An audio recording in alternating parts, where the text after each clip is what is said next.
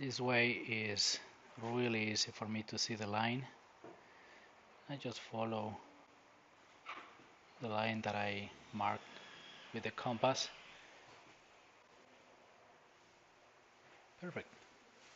I don't know if you can see from there, but I have about 3/4 over here, and it goes, it keeps reducing, and there is a little bit of shape somewhere over here, and then it ends on 0 over here, and then it has like 1/16 over here at the very top. Okay, so now it's time to make some noise. Vacuum cleaner is important for me. I only have one pair of lungs. Make sure I won't grab any blankets or anything at all. This is the way I tilt my skill saw. Okay, a little bit of angle.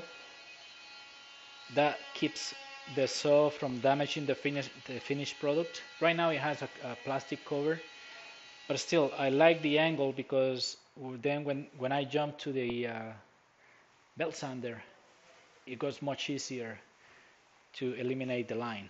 Okay.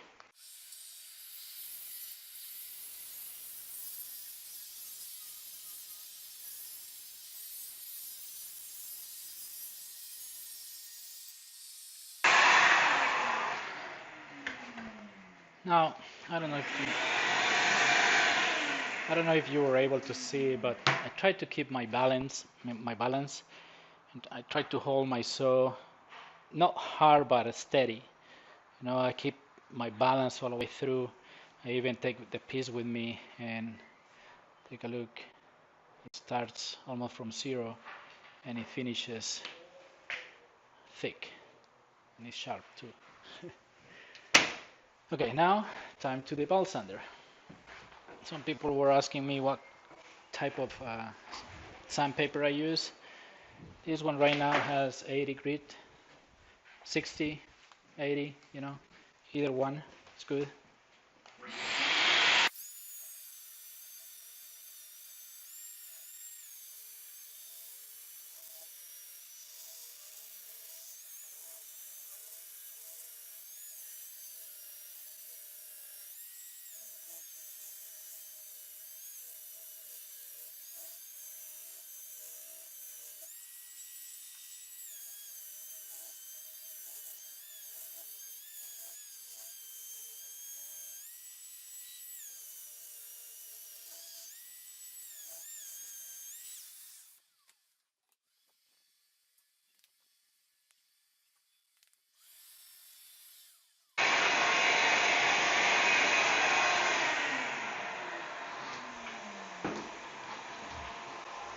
It's ready. Now I have to remove the ring.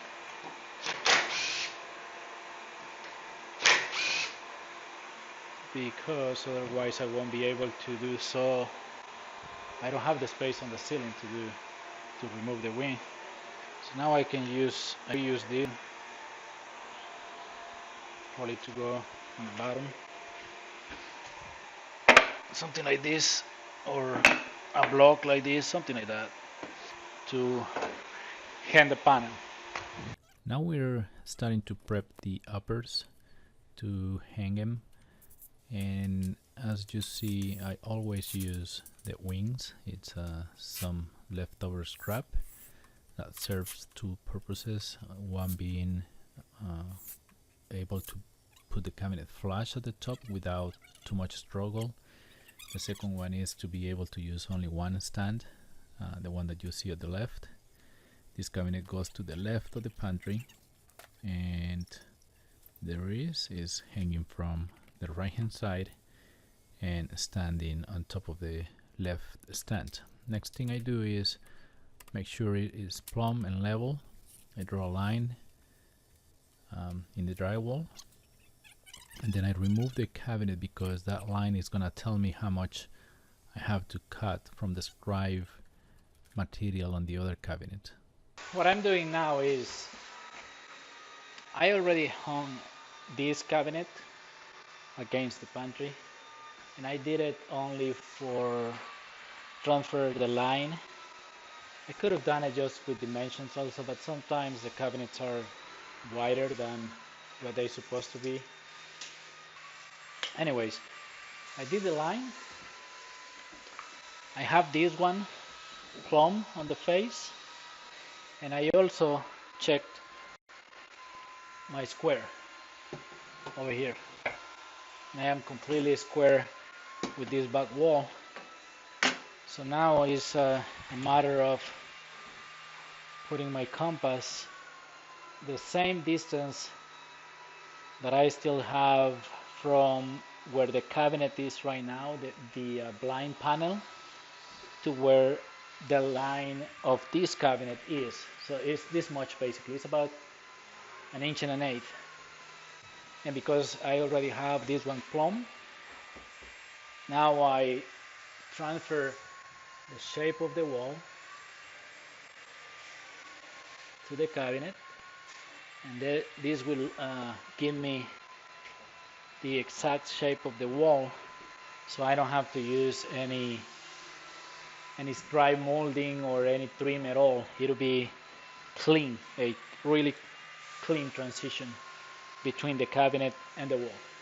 With the blind corner cabinet ready, you can see it starts repeating itself. I'm marking the scribe with my red pen, making sure everything is fine, and then I noticed there were 2 pocket screws holding the nailers, so I go ahead and remove them so I don't touch them with the saw. And first I cut it just a little bit with an angle, and then I went ahead and made another pass with a little bit of more of an angle. At the end, at the bottom, I'm using the oscillator tool to cut the very bottom because it had finish. So there is the second pass to cut through. It was really close to the back of the cabinet, so that's why I made it in 2 passes. Now is time for the belt sander. As always, getting to the line that I drew, I completely remove the line, and that gives me a perfect fit against the wall. If there is any gap, it will be less than 1/16, and that gap will be cackable.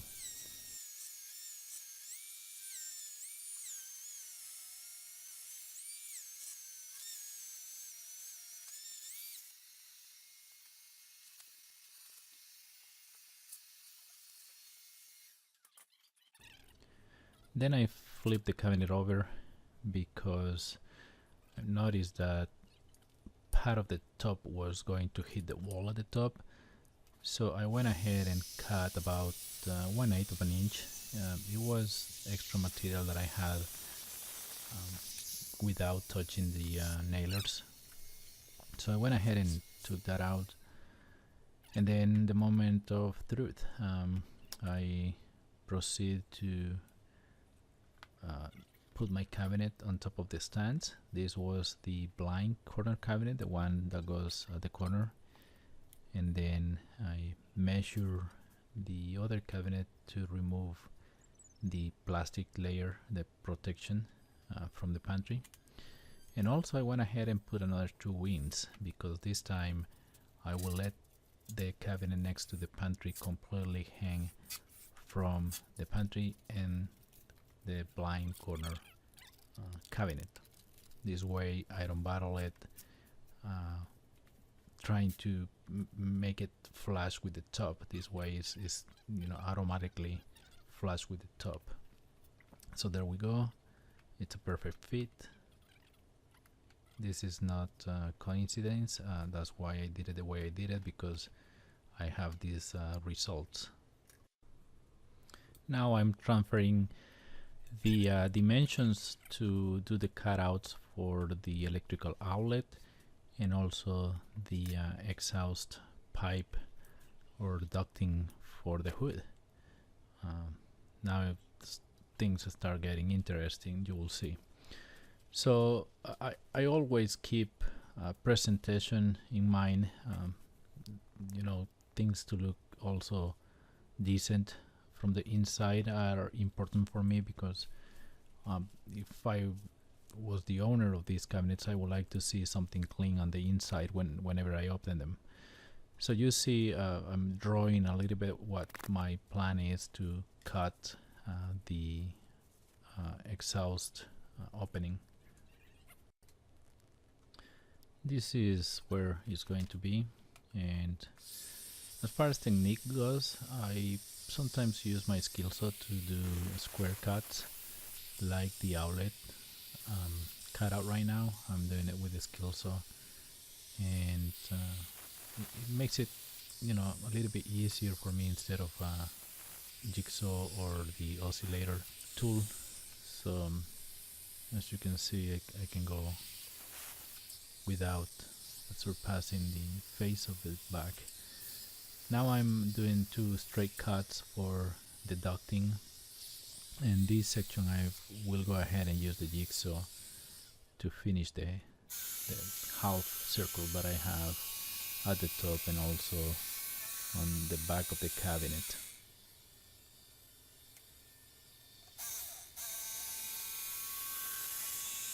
That makes it look much better. Then we do a little bit of pre-fitting just to make sure everything is fine before we start screwing the rest of the uppers together. Now you see over here the mid section, the hood section of the cabinet. That's what I'm putting together over here. And you see the middle cabinet has wings at the top. I'm using 1.25" screws and also the clamps to hold it together, because I don't want this thing to come apart when we are lifting the whole thing to go on the wall. So the wings help with the weight and with the strength, and again, this way I don't have to be worried about flashing everything up at the top. Now I proceed to use my stands, and I have help from my guys. They're just balancing the whole thing, and I'm pushing the cabinets up, and then at the end I add the short ones just to make sure anything, you know, is not gonna fall down. One thing that I didn't mention is that none of the cabinets, none of the uppers are screwed to the wall yet, and the purpose of this is that I still needed the middle section to be up in order to figure out the space that I have between the windows and the end of the cabinet, because this way I can move that blind corner cabinet left or right. I have that flexibility, and that's the beauty of the stands. I really like this method because it allows me to then go back, you know, the place where I am right now, and start from the pantry. I start checking my plumb line, my level line, and then screwing the cabinets one by one. First to the pantry, and then I'm looking for the studs, and I'm using 3" screws to the back. That will keep that cabinet in place. And what you see right now is me trying to put shims. Remember the panel, the pantry panel, that it was open at the top about 1 inch? Well, I have the same wall, right? The same situation is happening with that upper right now, where I have a gap at the top in the back of the cabinet. So I did put some shims on it, and then I already move the blind corner cabinet to the left a little bit. So now I'm ready to start screwing the cabinet to the other cabinet, the other open. And I had Fernando over there with the blue shirt. He was checking my reveal between the window and the finished end of the uppers. making sure everything is the same so it looks symmetrical when the client is standing at the front. Now I'm proceeding to screw the blind corner cabinet back to the back wall, looking for the studs, putting some shims, making sure everything is level, making sure everything is plumb. You know, it's always better to double check, because when doing Euro style cabinets, we only have 1/8 of an inch reveals between the doors. That means if the cabinet is just a little bit crooked or shifted, then I'm gonna have problems adjusting the doors.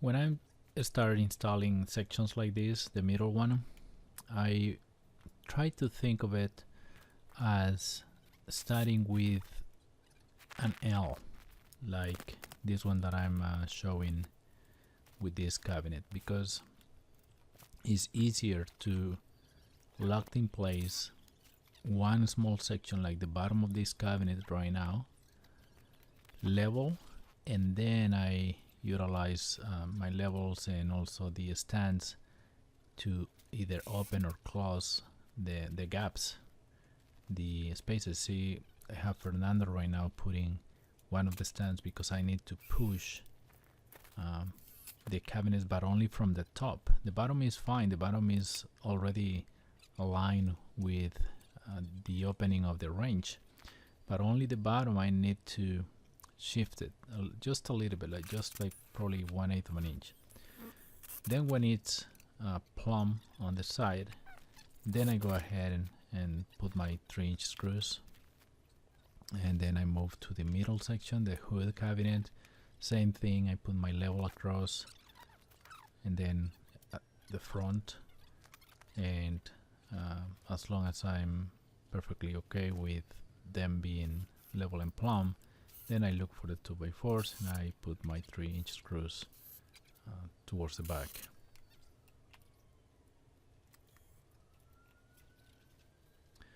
Now I'm to the end, the last upper of this section, and same thing, I square off the opening for the hood, utilize my stands to make sure it's completely square, and then I go to the bottom of the cabinet, making sure the left cabinet is completely level.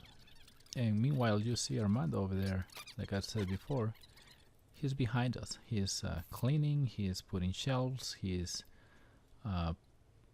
covering the screw heads with the screw caps, and you know, we are moving along. Thank you for watching.